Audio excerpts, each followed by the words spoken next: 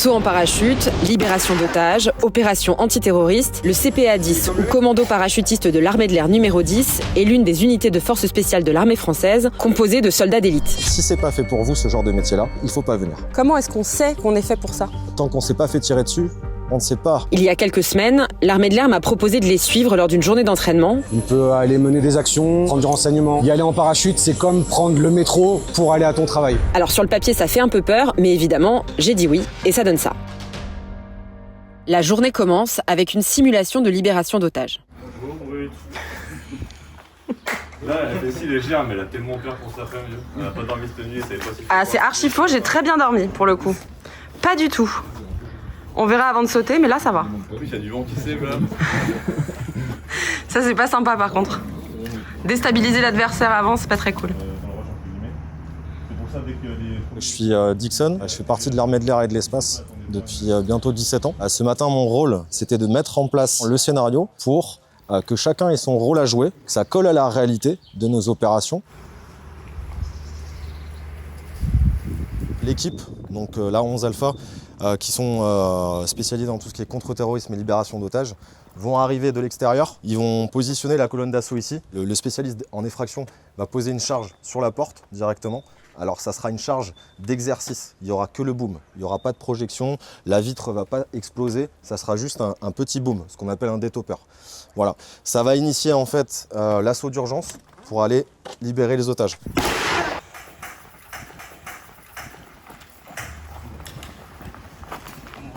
Au moment où en gros la colonne d'assaut va arriver, il y a un des preneurs d'otages qui va commencer à tirer et va blesser un otage. Et en même temps, il va tuer un autre otage, ce qui va permettre en fait aux médics du groupe de pouvoir travailler en fait sur le scénario. Ah, ah.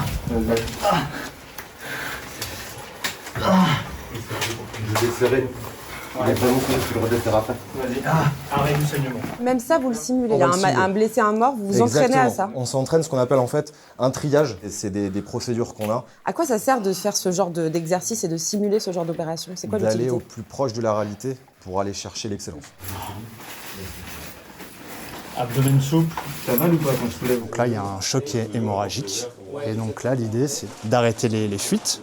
Donc à l'aide de garrots, de pansements compressifs, etc., de packing, et de venir combler le volume sanguin perdu. Pour les opérateurs, ça aide à gagner en aisance dans le geste. Je te préviens, ça risque de piquer un petit peu.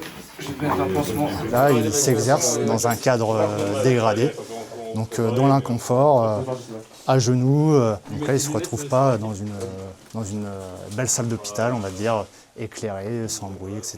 Dans le cadre d'une vraie opération sur le terrain, il y a un facteur stress qui est Exactement. impossible à imiter en entraînement en fait. De stress, de fatigue. Les conditions ne seront pas à 100% réelles, mais on s'en rapproche. Quand on découvre ce genre de simulation, ça peut surprendre, parce qu'on va très loin dans le détail. Mais répéter encore et encore ces situations, ça permet aux membres du commando d'acquérir des réflexes, de ne presque plus réfléchir à leurs gestes et de pouvoir les reproduire instinctivement dans des situations de stress maximal en zone de conflit. Reste comme ça pour l'instant, tu bouges pas. Là, vous avez pris le temps de couvrir les corps des morts. Pourquoi est-ce que c'est important? Quand on a un otage qui est blessé, psychologiquement, il est dans un état qui est très perturbant pour lui.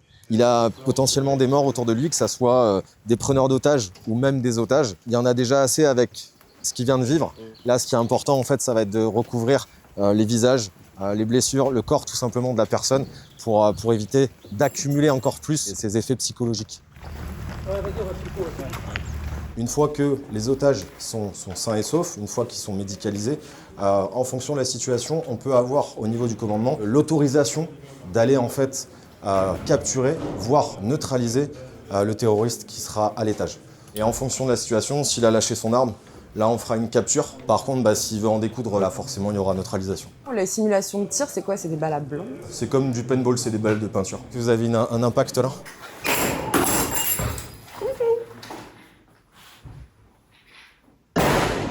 Ça fait 11 ans que je suis dans ce groupe.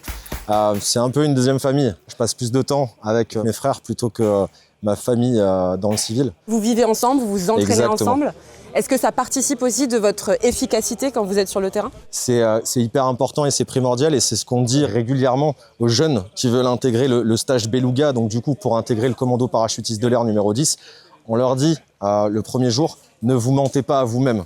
Tout simplement parce que si à un moment ou à un autre, la personne elle n'est pas faite pour ça, il va mettre en danger sa vie et celle des opérateurs dans son futur groupe action. Alors, si c'est pas fait pour vous, ce genre de métier-là, il faut pas venir, tout simplement. Comment est-ce qu'on sait qu'on est fait pour ça? Tant qu'on s'est pas fait tirer dessus, on ne sait pas comment on va réagir. Avant le stage Beluga, il y a une sélection qui est faite, un tri psychologique, un tri physique notamment. On veut pas des têtes brûlées en fait chez les forces spéciales françaises. Il faut être patient et il faut être déterminé. Moi en moyenne, depuis 17 ans, j'ai vu ma famille, on va dire entre 22 et 26 semaines par an. Parce qu'on a des rythmes assez intenses avec des entraînements réguliers en France. Alors, on est une fois par an déployé à l'étranger pendant 4 mois. C'est cette exigence qui fait la différence sur le terrain. Une autre conséquence de leur métier, c'est que les opérateurs des forces spéciales doivent rester anonymes. C'est pour ça qu'on ne montre jamais leur visage ou aucun signe distinctif comme un tatouage par exemple. Ce n'est pas de la fiction, si un opérateur était identifié par l'ennemi, il pourrait devenir une source de renseignement, donc une cible. Après la libération d'otages, on enchaîne avec une des spécialités du CPA10, le saut en parachute évidemment. Là voilà, je suis équipée. Hop. C'est normal que ça soit un petit peu lâche. D'accord. Parce que dans l'avion, après, on va se serrer et toutes ces sangles elles vont se raidir. Donc ne t'inquiète pas si ici il y a... Je suis pas très inquiète pour l'instant, je t'avoue. Franchement, je te fais confiance, ça va. Ça en fait au moins un de nous deux. Ah non, tu fais des trucs comme ça. J'espère que ça va pas monter d'un coup, tu vois, en cardio, juste avant de sauter, où je vais faire un truc un peu de panique. Après, pour ton info, voilà, moi j'ai déjà pris quelqu'un au-dessus d'un pays étranger. Il avait jamais sauté en parachute de sa vie, on est parti de nuit. Ah ouais. Avec tout le matos. Ça s'est bien passé. Très bien. Alors, ce qu'on va faire, c'est que tu vas t'asseoir. Laisse-toi vraiment pendre. Vas-y, mets tout ton poids. Encore. Ok, debout. C'est comment? C'est bien, ça bouge un peu quoi. Oui, c'est normal. Alors là, normalement, t'entends plus rien. J'entends beaucoup moins. Beaucoup moins, c'est normal. Et ça vient ici. Sauter en parachute, c'est pas une mission en soi-même. C'est juste un moyen d'aller la faire. On va au travail. On peut aller mener des actions, prendre du renseignement, libérer des otages. Y aller en parachute, c'est comme prendre le métro pour aller à ton travail. Ah ouais, attends, c'est lourd le parachute là, c'est énorme. Celui-là, il fait 35 kilos. Cependant, il peut emporter 300 kilos de charge max. Donc, 2 parachutistes et leur équipement, c'est tout bon, je suis prêt. Super, allez. Bon bah check, hein. Tu me ramènes vivante? Normalement, ouais. Donc, mon équipe, c'est une équipe spécialisée en contre-terrorisme et libération d'otages. Et elle est aussi spécialisée dans les sauts à ouverture à très grande hauteur, donc les sauts sous oxygène. L'avion qu'on va utiliser pour aller sauter, c'est un A400M, un des avions stars de l'armée, conçu pour convoyer des hommes et du matériel. Il peut transporter jusqu'à 35 tonnes. Ça représente par exemple 2 hélicoptères d'attaque.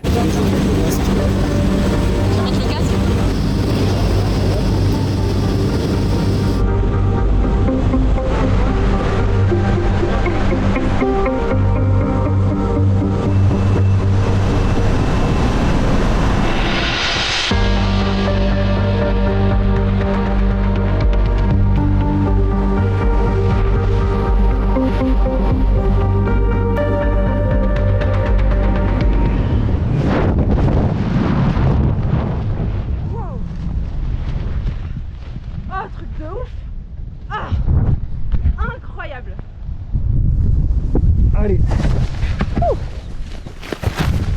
Trop bien, merci beaucoup, c'était ouf.